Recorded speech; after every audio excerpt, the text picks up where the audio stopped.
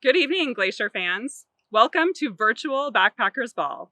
I'm Amy Lucke, the Donor Engagement Lead at the Glacier National Park Conservancy. This week, you can help protect Glacier National Park for future generations by participating in our silent auction, featured auction, or simply by donating. Every night from now until Thursday, you will have the opportunity to get an inside look at park projects funded by your donations. From research projects to preservation studies to education initiatives, you'll hear park experts explain how you make a difference.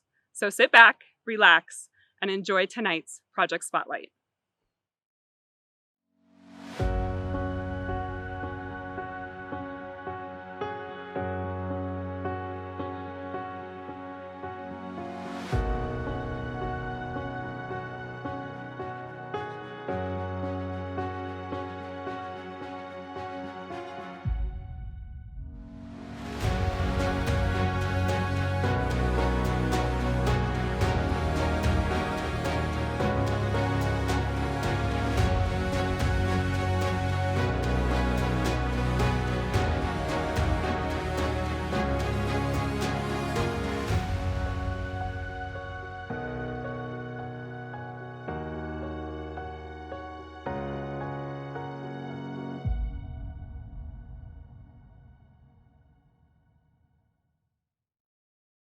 Thanks for joining us. I'm Doug Mitchell, the Executive Director of the Glacier Conservancy here at the Fish Creek Campground on the shores of Lake McDonald. I am just delighted to have Brad Blickhan and Jillian McKenna today to visit with us about wilderness in Glacier National Park.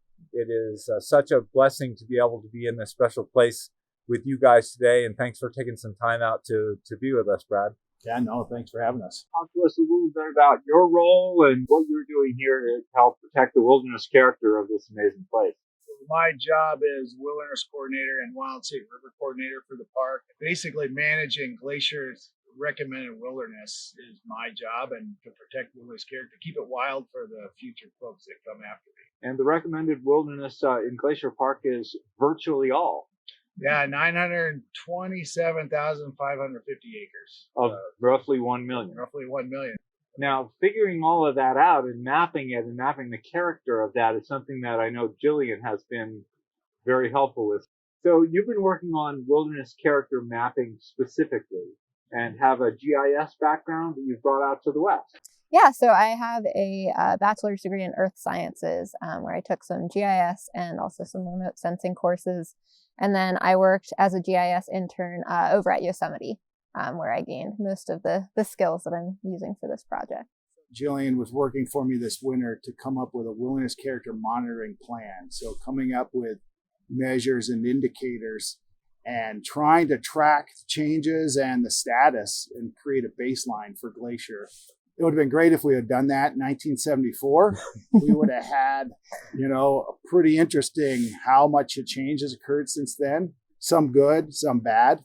But that's a first step, is to say, okay, this is where we're at. So over time, we can check and see where can we focus our efforts, Part of what Jillian's doing now is the wilderness character mapping. And that's going to be a really neat tool for managers to track changes and to show folks, well, if we do this project here, this could improve wilderness character, and you'll be able to see that. Or these threats that are occurring, like noxious weeds, overuse from maybe exotic species coming in the park, we'll be able to visually see the changes to wilderness character in certain areas of the park. We'll also be able to see where wilderness character is the strongest, where is still the wildest, most untouched place in Glacier. Jillian, talk to us a little bit about what your work looks like on a day-to-day basis. What does it mean to do the wilderness character studies and mapping? Right now, we're kind of at the part of the project where we're still in the prep and kind of data cleanup. So right now, day to day, it's